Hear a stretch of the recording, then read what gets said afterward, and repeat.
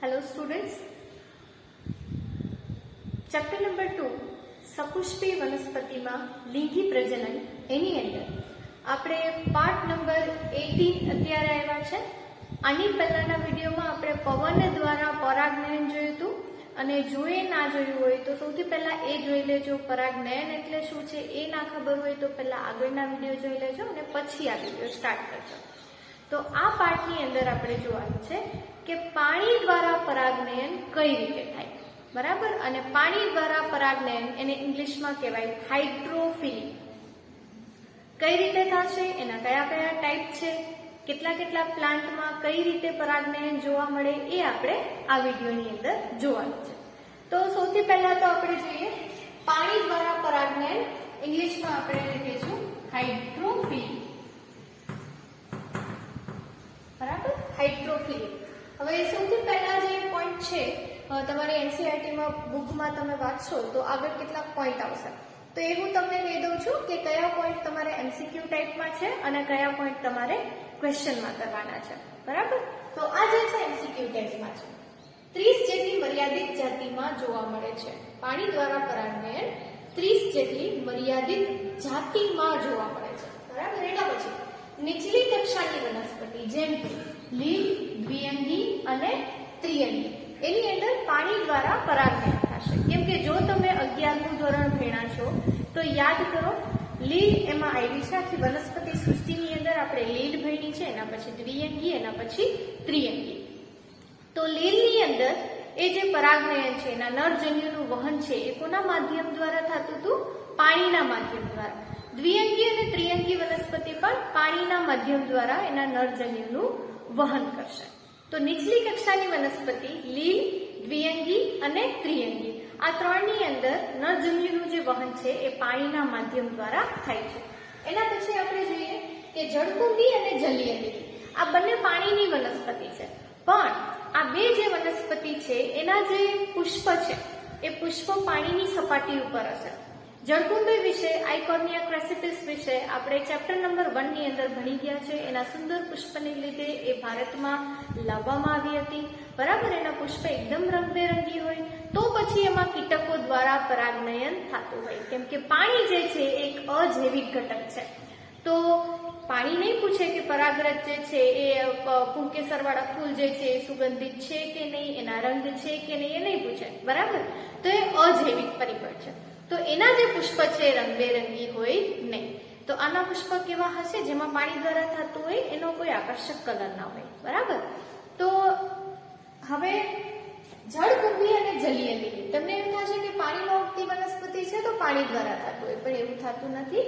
એની અંદર પવન અથવા તો કીટકો દ્વારા પરાગનયન થશે. ખાસ યાદ રાખજો, આ પોઈન્ટ તમને આપ્યો છે કે એની અંદર પાણી દ્વારા પરાગનયનની અંદર પણ તમને સમજાવેલું છે એનસીઈઆરટીમાં, કન્ફ્યુઝ ના થતા, બરાબર. સમજાવેલું છે કે એની અંદર પવન અથવા તો કીટકો દ્વારા પરાગનયન થાય છે.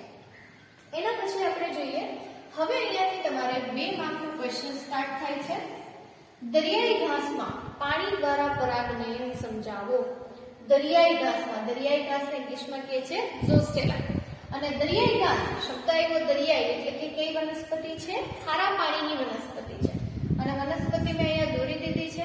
હવે આપણે ડિટેલ સ્ટ્રક્ચર નથી દોરવાનું, બરાબર. એનસીઈઆરટીમાં પણ આની જે ડાયાગ્રામ છે આપેલી નથી, તો તમારે ડાયાગ્રામ નહીં પૂછાય, પણ સમજવું બહુ જરૂરી છે. સમજો, અહીંયા આ જે પ્લાન્ટ છે એને હાઇપોહાઇડ્રોગેમસ કહેવાય. હાઇપો એટલે નીચે. હાઇપો શબ્દનો મિનિંગ જ એવો થાય કે નીચે. હાઇપોહાઇડ્રો પાણીની નીચે, પાણીમાં નિમગ્ન છે આ વનસ્પતિ, બરાબર. સપાટી ઉપર નહીં હોય, એના પુષ્પ પણ સપાટી ઉપર નહીં હોય. ક્યાં હશે? પાણીની અંદર હશે, ઝોસ્ટેલાની અંદર. પુંકેસર વાળા પુષ્પ અને શ્રીકેસર વાળા પુષ્પ એ બંને ક્યાં છે? પાણીની અંદર છે. આ જે વનસ્પતિ છે એકલિંગી કહેવાય. શું કરવા એકલિંગી? કેમ કે નર પુષ્પ અને માદા પુષ્પ બે અલગ અલગ છે. જો અહીંયા મેં એના રૂટ્સ પણ બનાવેલા છે. એ મૂળવાળી વનસ્પતિ છે. તો પાણીની અંદર છે એટલે આપણે એને કહીશું હાઇપોહાઇડ્રોગેમસ પ્લાન્ટ અથવા તો સબમર્જ પ્લાન્ટ, એટલે કે પાણીમાં નિમગ્ન, બરાબર. અને જે આની અંદર પરાગનયન થાય છે એને કહેવાય હાઇપોહાઇડ્રોગેમી, બરાબર. હવે એના જે પુંકેસરયુક્ત પુષ્પ છે એની પરાગરજ પાણીમાં જ મુક્ત કરે છે. અને આની જે પરાગરજ છે એ લાંબી હોય, પટ્ટીમય હોય. તમને પૂછે કે વિશ્વની સૌથી લાંબી પરાગરજ કોની છે, તો સૌથી લાંબી પરાગરજ છે ઝોસ્ટેરા. યાદ રાખજો, સૌથી લાંબી પરાગરજ છે ઝોસ્ટેરા એટલે કે દરિયાઈ ઘાસ. લાંબી છે, અણીદાર છે, બંને છેડે કેવી હશે? અણીદાર હશે. બરાબર, લાંબી, પટ્ટીમય, અણીદાર. બાહ્યાવરણ ના હોય, સ્પોરોપોલિનિન એની અંદર ગેરહાજર છે. સ્પોરોપોલિનિન નહીં હોય, બરાબર, કારણ કે સ્પોરોપોલિનિન જે છે એ કેવું છે આવરણ કે જેનું વિઘટન ના થઈ શકે. આ પાણીની છે તો તરત જ એ પરાગરજને ક્યાંક સ્થાપિત થઈ જવાનું હશે. તો બાહ્યાવરણ નથી એની અંદર, ખાસ યાદ રાખજો. બરાબર, બાહ્યાવરણ વગરની છે એ થોડો બહારનો ટોપિક છે, પણ સ્પોરોપોલિનિન એમાં નહીં હોય. શું કરવા નહીં હોય? કારણ કે એનું વિઘટન ના થઈ શકે. બરાબર, એટલા માટે સ્પોરોપોલિનિન ગેરહાજર છે. પાણીના પ્રવાહમાં નિષ્ક્રિય રીતે વહન પામે છે. વિચાર કરો કે જો આ પરાગરજ પાણીથી ભારે હશે તો એ તળિયે બેસી જશે. પાણીથી વજનમાં હલકી હશે તો એ ઉપર તરી જશે, અહીંયા આવશે. અને માદા પુષ્પ તો અહીંયા છે ને, તો અહીંયા જવાનું છે. બરાબર, તો આની સાપેક્ષ ઘનતા કેટલી છે? પાણી જેટલી છે. પાણી જેટલી જ હશે તો જ એ પાણીમાં નિષ્ક્રિય રીતે વહન પામી શકશે. બરાબર, જેમ કે અહીંયા નર પુષ્પ છે, અહીંયા માદા પુષ્પ છે. તે પરાગરજ જે છે પાણીના વહનમાં આગળ વધતી એ માદા પુષ્પના સંપર્કમાં આવે. બની શકે કે પરાગરજ આગળ જઈ અને બીજી વનસ્પતિ, બીજી જો ઝોસ્ટેટ આવે તો એના સંપર્કમાં પણ આવી જાય.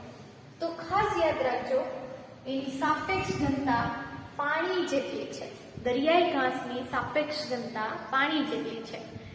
ઝોસ્ટેરા દરિયાઈ ઘાસ, 2 માર્કમાં પૂછાયેલો ક્વેશ્ચન છે. દરિયાઈ ઘાસમાં પાણી દ્વારા પરાગને સમજાવો. આકૃતિ જરૂરી નથી, પણ સમજણ માટે છે.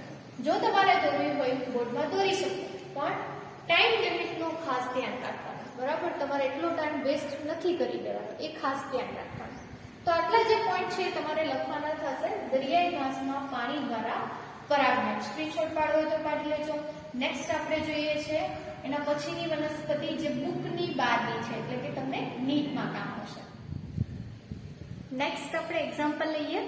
આ જે એક્ઝામ્પલ છે એ પાણીમાં નિમગ્ન વનસ્પતિનું જ છે. બરાબર, હાઇડ્રોગેમસ પ્લાન્ટ જ છે, પણ આ ટોપિક જે છે નીટનો છે, કેમ કે આ માહિતી જે છે બુકમાં આપેલી નથી, પણ તમને નીટમાં કામ આવશે.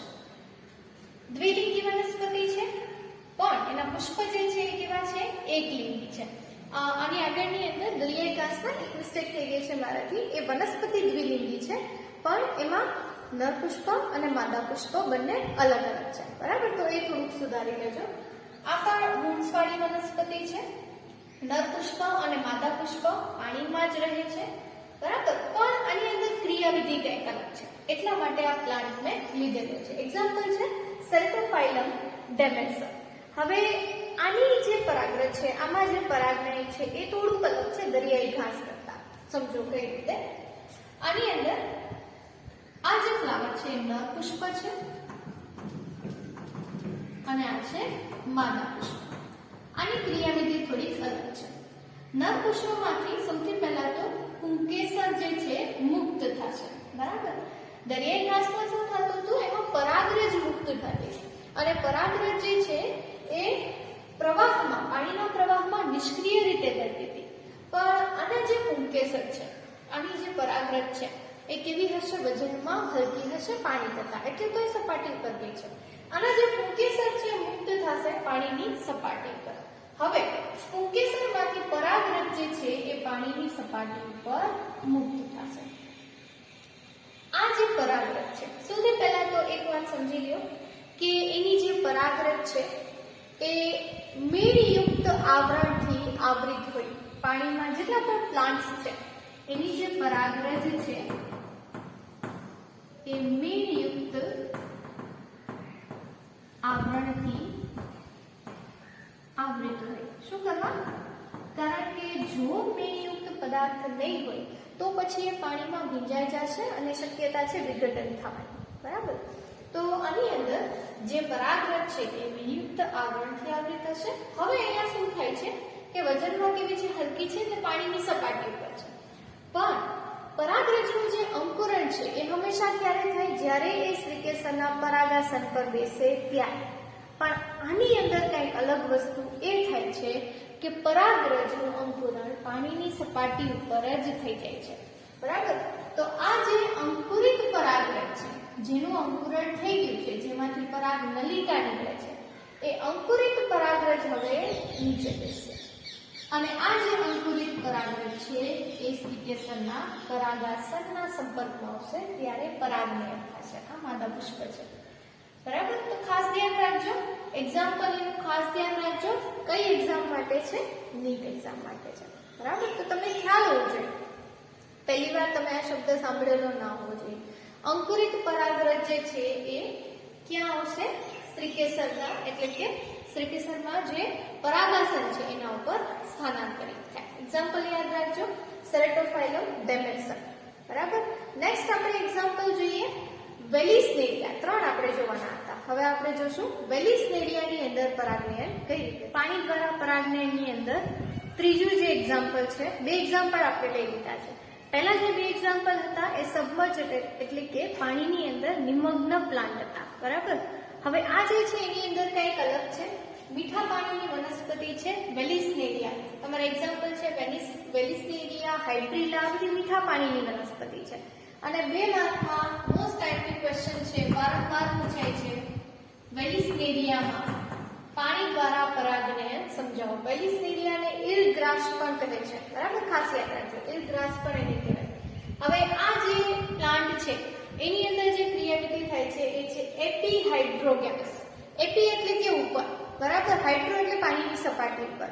પાણીની સપાટી ઉપર પરાગનયન થાય છે. ઓલા જે 2 પ્લાન્ટ હતા એ હાઇપોહાઇડ્રોગેમસ હતા, એટલે કે પાણીની અંદર થતું હતું પરાગનયન. આમાં શું થશે? પાણીની સપાટી ઉપર પરાગનયનની ક્રિયા થશે. તો જોઈએ આપણે કઈ રીતે થશે. સૌથી પહેલા તો મીઠા પાણીની વનસ્પતિ છે. હવે અહીંયા જોઈએ, આને કહેવાય એકલિંગી વનસ્પતિ, એટલે કે નર અને માદા પુષ્પ બે અલગ અલગ વનસ્પતિ ઉપર છે. અહીંયા તમે જોશો તો માદા પુષ્પ જે છે એનો જે તંતુ હોય ને એ આખું સ્પ્રિંગ વાળું છે, એને વૃત્ત કહેવાય. બરાબર? અને અહીંયા એ સ્પ્રિંગ મેં ખોલી દીધી છે. ક્યારે ખુલશે એ જોવાનું છે આપણે. હવે ક્રિયાવિધિ શું થાય છે અહીંયા કે સૌથી પહેલા તો જે નર પુષ્પ છે એ મુક્ત થશે. અહીંયા એનો પુષ્પ વિન્યાસ છે આખો. તો નર પુષ્પ જે છે એ મુક્ત થશે પાણીની સપાટી પર. નર પુષ્પની અંદર તમને પરિચક્ર જોવા મળશે. એમાં વજ્રપત્ર દલપત્ર નથી, એમાં શું છે? પરિપુષ્પ એને કહેવાય. બરાબર?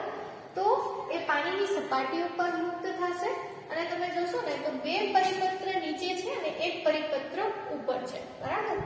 સપાટી પર મુક્ત થઈ અને એની જે પરાગરજ છે પાણીની સપાટી ઉપર મુક્ત કરે. અહીંયા ખાસ ધ્યાન રાખવાનું છે કે નર પુષ્પ જે છે એ મુક્ત થઈ જાય છે, પુષ્પ વિન્યાસથી મુક્ત થઈ જશે અને પાણીની સપાટી ઉપર આવશે. જ્યારે પરાગરજ મુક્ત થાય ત્યારે જોજો અહીંયા કે આ જે માદા પુષ્પ છે એ એનું જે આ વૃત્ત છે, લાંબા વૃત્ત વડે સ્પ્રિંગ ખોલે એટલે પાણીની સપાટી ઉપર આવશે. બરાબર? જેવું એ પાણીની સપાટી ઉપર આવે એટલે એનું જે પરાગાસન છે ચિકાસયુક્ત હોય અને પાણીમાં વમળ બનાવે. અને તમને ખ્યાલ છે કે જ્યાં એ વમળ જેવું ક્રિએટ થાય એટલે એ વમળ જે છે કોઈ પણ વસ્તુને પોતાની અંદર ખેંચે. બરાબર? વર્લપુલ મોશન જે છે એ શું છે? બરાબર? વર્લપુલ એટલે શું? કે ફરે છે. તમને ખબર છે વર્લપુલ જે છે વોશિંગ મશીનની કંપનીનું નામ છે. બરાબર? તો એ મુવમેન્ટ જે છે એ કેવી છે કે એક વમળ બનાવે. શું થાય વોશિંગ મશીનમાં? ક્રિયાવિધિ શું થાય? એક વમળ બનાવે જેથી કરીને જેટલો પણ કચરો છે એ બધો તળિયે બેસી જાય. સમજાય છે આ ક્રિયાવિધિ? બરાબર? તો અહીંયા જે વમળ સર્જાણું છે તો આ પરાગરજ જે છે એની અંદર વહી જશે, આ વમળની અંદર. હા, અમુક જે હશે બારે પણ હશે એ વેસ્ટ જશે. જે કોઈ પણ અહીંયા પહોંચે છે તો શ્રીકેસરના પરાગાસન સુધી પહોંચી જશે અને અહીંયા પરાગનયનની ક્રિયા થઈ જશે. બરાબર? વેલિસનેરિયામાં ખાસ ધ્યાન રાખજો. આકૃતિ તમને બુકમાં આપેલી છે. બરાબર? જોઈ લેજો, બુકમાં પણ છે, અહીંયા પણ સિમ્પલ ડાયાગ્રામ મેં દોરી દીધી છે.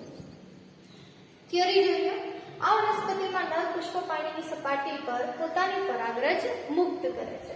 જ્યારે મુક્ત કરે ત્યારે માદા પુષ્પ જે છે લાંબા વૃંત વડે પાણીની સપાટી પર આવે છે. તે ચિકાસયુક્ત હોય છે ને વમળનું નિર્માણ કરે છે અને આ વમળની અંદર પરાગરજ જે છે પાણીમાં વહન થાય અને પરાગાસનના સંપર્કમાં આવે છે અને પરાગનયનની ક્રિયા થાય છે. જેવી પરાગનયનની ક્રિયા થઈ જાય એટલે ફરીથી એ લાંબા બુંદ વડે અંદર ખેંચાઈ જશે. બરાબર? તો આ રીતે વેલિસ્નેરિયાની અંદર પરાગનયનની ક્રિયા થશે. તો પાણી દ્વારા પરાગનયનની અંદર આપણે હાઇપોહાઇડ્રોકેમસ એની અંદર બે એક્ઝામ્પલ જોઈ લીધા છે અને એપીહાઇડ્રોકેમસ એની અંદર પણ એક્ઝામ્પલ જોઈ લીધું છે. બીજું જે એક્ઝામ્પલ હતું એ ટોટલી નીટ માટે છે, બોર્ડ એક્ઝામમાં નથી કરવાનું. બરાબર? તો નેક્સ્ટ વિડીયોની અંદર આપણે જોશું કે પ્રાણી દ્વારા પરાગનયન કઈ રીતે થશે.